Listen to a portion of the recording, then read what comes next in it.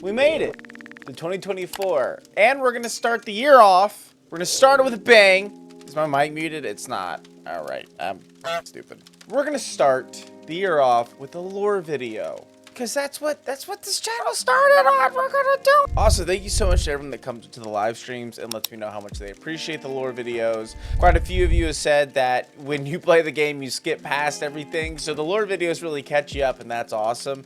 And I'm so happy that you guys genuinely do enjoy these. For the first video of 2024, I decided to do our furry little friend Zeki and the Grimalkins. We're going to cover the lore of the Grimalkins. We're going to kind of touch up on things that we've mentioned in the past in previous videos, and also combine a bunch of things that we haven't discussed yet.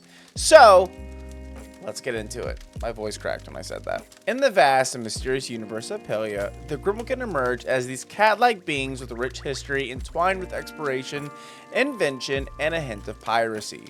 According to Zeki, these feline creatures once possessed ships capable of interstellar travel, marking them as true aliens, perhaps even space pirates in their heyday.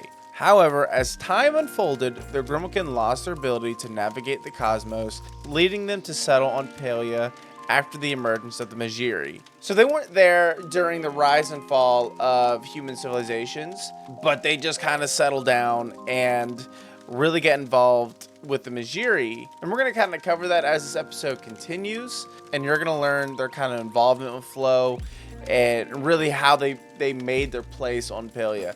But I do want to add this. I run a supernatural / true crime podcast on the side. I don't discuss it on this channel.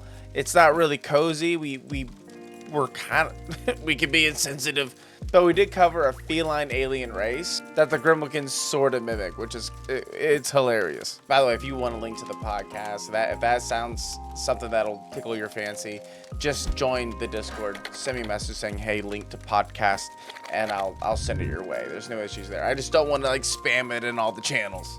With cat-like features and attributes, the Grimalkin familial dynamics are unique.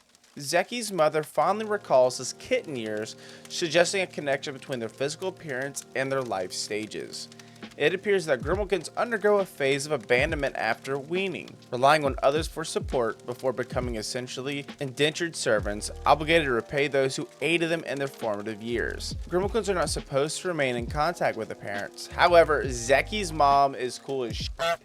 She's a unique mom. Even though she's second in command of a cartel, she still shows Zeki a lot of love. She sends recipes, secret gifts, packages, writes him letters, even though she's not supposed to do that. So you can tell that Zeki was, yeah, there's love in his household, and I think that's kind of cute. He's so cute.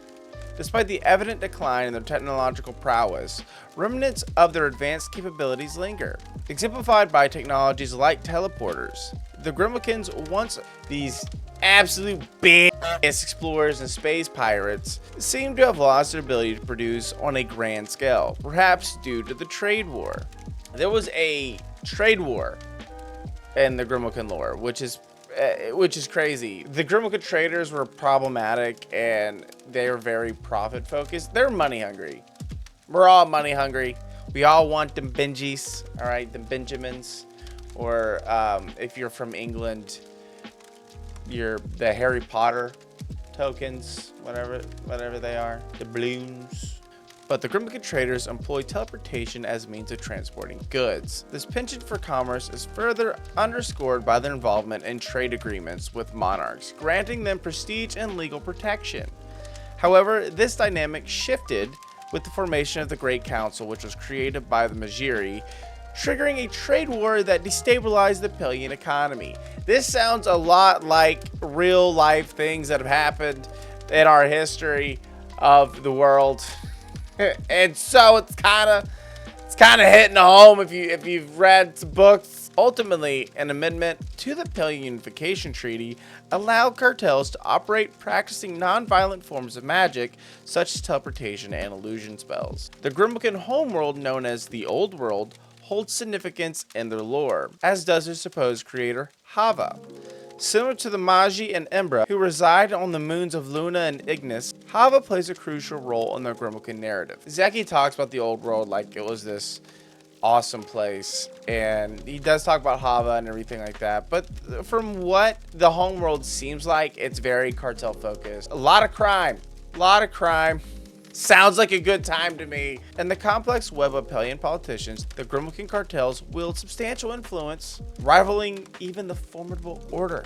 The intricate dance between these two factions reveals a delicate balance, with the cartels once striking deals with monarchs and later facing off against the Great Council, showcasing the intricate interplay of power, magic, and commerce in the vibrant world of Palia. So what we know from all that is they came to Palia as these technological pirates. They were into their advancements in interstellar travel. When they came to Palia, they learned about flow. And so they wanted to use flow, and they're getting away with it. They were working with the government, they were doing these trade deals, but then the Order formed, and they were like, look, Majiri can't use flow, you could use flow to a certain extent, but like you can't harm people. And that's kind of what was privileged to the Grimalkins, and kind of how the humans are. Like there's no law against humans using flow, it's only the Majiri. But the Grimalkins kind of use this to their advantage, and they will teleport goods around, and it caused a lot of issues. To add from the Winterlights lore video, we are going back. We are going to touch up on how the Grimalkins have really cute traditions that I like. But yeah, from the Winterlights lore video, in the heart of the Winterlights Festival, mischievous Grimalkin kittens add a playful twist. They hang festive socks filled with toys, inviting the infamous Sandy Paws, once again, the cutest name I've ever heard in my entire life, the Winterlights pirate, into their homes. It's a cat and mouse game, with the kittens setting clever traps for a spirited showdown. As the Winterlights unfold, Grimalkin youths strategically set up traps, creating anticipation for Sandy Paws' arrival. If you succeed in trapping Sandy Paws, you get to keep your treasure. However, if you fail, Sandy Paws radjacks your shit. He takes it all. This endearing tradition adds charm to the festival, showcasing Grimalkin's youth of creativity and to become cunning. It's a joyous spectacle, creating camaraderie in the magical world of Palia. This is all something that we discussed in the Winterlights lore video, which the Winterlights is about over. And if you're catching up on the lore in the future, hopefully 2024 is good. But if you're going back and you're catching up on all the lore, check out the Winterlights Festival. We cover the whole thing, the whole shebang of Winterlights lore. Another cool thing that is in the lore is that there is a traveling Grimalkin bard who only plays in the underground scene. She is supposedly super famous, but what I like most about the underground, where Zeki sells his wares, because she does many wares, where Zeki sells furniture and other things, they change the underground market where there's like a tavern and there's a stool with a lamp that looks like an Animal Crossing. I keep forgetting that dog's name, but he's sitting there with a guitar. It looks like that, you know, and so it seems like it's setting the stage for someone to come and play a musical instrument there. Maybe a Grimalkin bard, a famous traveling Grimalkin bard that can come up, sit down, pluck a lute, and have everyone enjoy the ambiance that she's creating. We discussed this in a previous lore video on the NPCs that are in the world but not in the game, and I personally feel like if they add her, that will be where she's, you know, set to sit. You can only see her at night, and she'd be a perfect guild store for a bard skill. I think that'd be perfect.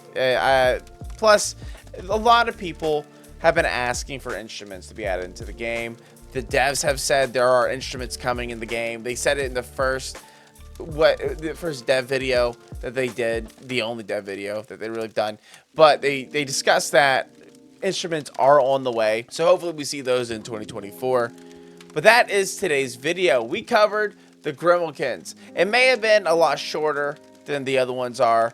There's not an extreme amount of lore because there's only one Grimalkin that we know. There is a Grimalkin pirate, but he's getting his own episode altogether. Since the devs did hint at instruments, and there is a Grimalkin bard who travels, and the underground has set a scene and a stage where she could sit, what kind of instruments would you guys like to see added to Palia? I think just adding a lute just to pluck away would be awesome if they added that, and then we could all sit around the tavern and sing a song, have a little sing song. So that's the video. Let me know in the comments down below what instruments you'd like to see them add to the game, if they do add them to the game. I think that'd be really cool to see your responses. And while you're down there, typing away your response, be sure to like, subscribe, and turn on that notification bell so you know when I upload a video. But if you want to know the exact second that I upload a video, because I will annoy the shit out of you, be sure to join the Discord. The link for that is